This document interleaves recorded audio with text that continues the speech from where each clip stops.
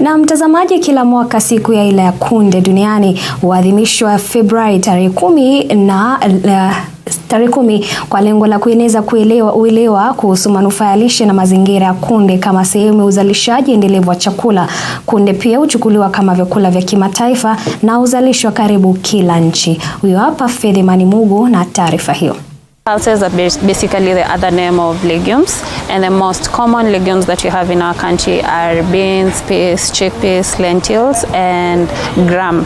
Wakati ulimwengu unaadhimisha siku ya kimataifa ya aila ya kunde, wataalamu wa lishe wametoa wito kwa Wakenya kukumbatia mikunde kwani ina dhamani kubwa ya lishe. They are proteins, and being that they are protein, they play the important role of building body, that is repairing of worn out body tissues, and they're also important in providing the body with enough, the digestive system with enough fiber, which is very important for digestion. Hata hivyo, Wakenya wengi bado hawajui jinsi ya kuandaa mikunde ili kuepuka matatizo mengine yanayohusiana nayo. Huu hapa ushauri kutoka kwa mtaalamu wa lishe.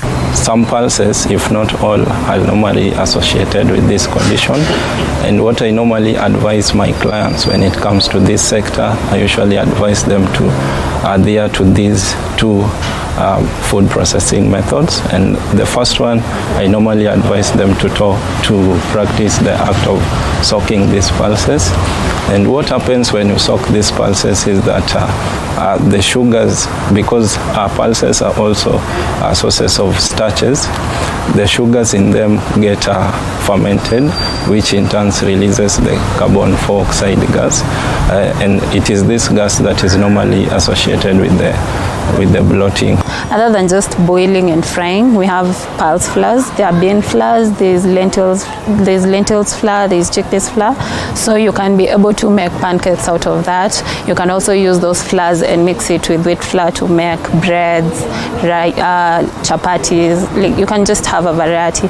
Another way you can use is the mokimo way. Other than just the boiling way, you can mash them. You can play around with the vegetables like carrots. You can add dania to bring out other colors. You can also make githeri, which is common for us.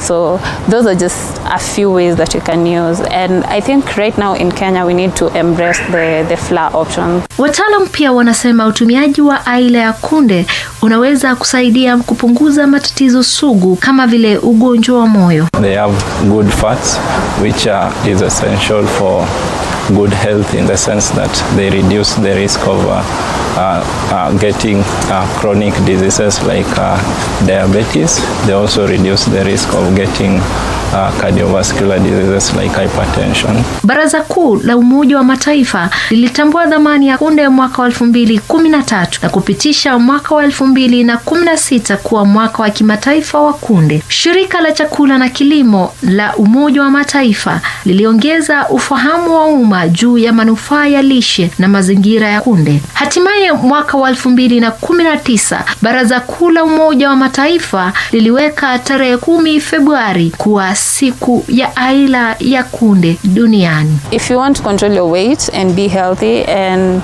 not have medical complications, just try as much as possible to include the pulses in your meals.